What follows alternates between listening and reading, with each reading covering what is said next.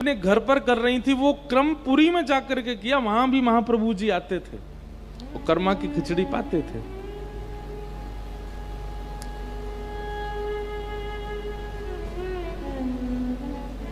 एक बार किसी महात्मा को, मतलब पूरे जगन्नाथपुरी में ही प्रसिद्ध हो गई थी कर्माबाई कि भाई इनके यहाँ महाप्रभु जी आते हैं।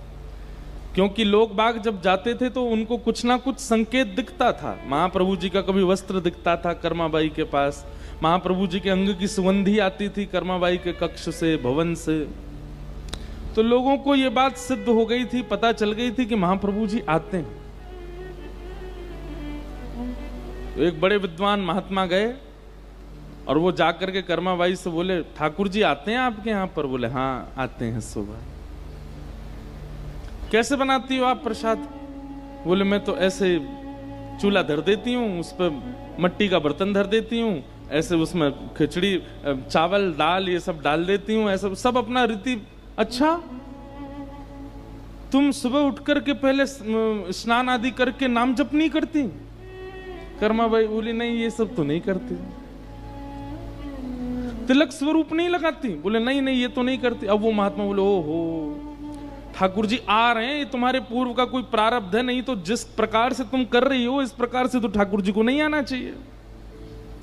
कर्मा ये तेरे पूर्व जन्म का प्रारब्ध है कि ठाकुर जी आ रहे हैं, जिस दिन वो प्रारब्ध पूरा हो गया फिर नहीं आएंगे ठाकुर जी। कर्माबाई डर गई, नहीं आएंगे ठाकुर जी? बोले नहीं। बोले क्या करना पड़ेगा? तो महात्मा ने लंबी चौड़ी लिस्ट बताई। 3 बजे उठो, उठ करके स्नान करो, फिर महोदधि जाओ, समुद्र में स्नान करो, फिर वापस आओ, आकर के फिर शुद्ध जल से स्नान करो, फिर उसके बाद ये नाम जप करो, इस दिशा में बैठ करके आसन लगा करके वहां पर बैठ करके थोड़ा ध्यान करो, फिर उसके बाद चंदन घिसो, चंदन घिस करके तिलक स्वरूप करो, 12 अंगों पर तिलक धारण करो, गले में कंठी माला पहन करके रहो, आदि आदि इतने नियम बता दिए। कर्माबाई सब लिखती गई, अच्छा ठीक है। अगले दिन सुबह सुबह कर्माबाई ने नियम शुरू किया और कर्माबाई का नियम चल रहा और ठाकुर जी द्वार पे बैठे, और द्वार पे बैठे बैठे कह मैया कितनी देर और लगेगी? बोले अभी रुक जाओ, अभी अभी अभी तो तिलक घिसना है, चंदन घिस रही हैं, उसके बाद फिर तिलक स्वरूप कर रही हैं, फिर उसके बाद नाम जप में बैठे, ठाकुर जी बैठे। बोले मैया दर्शन के लिए जाना है, जल्दी करो ना। कर्माबाई बोली रुक जाओ, अभी अभी मेरे को करने दो। आज ठाकुर जी भूखे ही लौट गए, क्योंकि मंदिर में मंगला आरती होने लगी। ठाकुर जी दौड़े,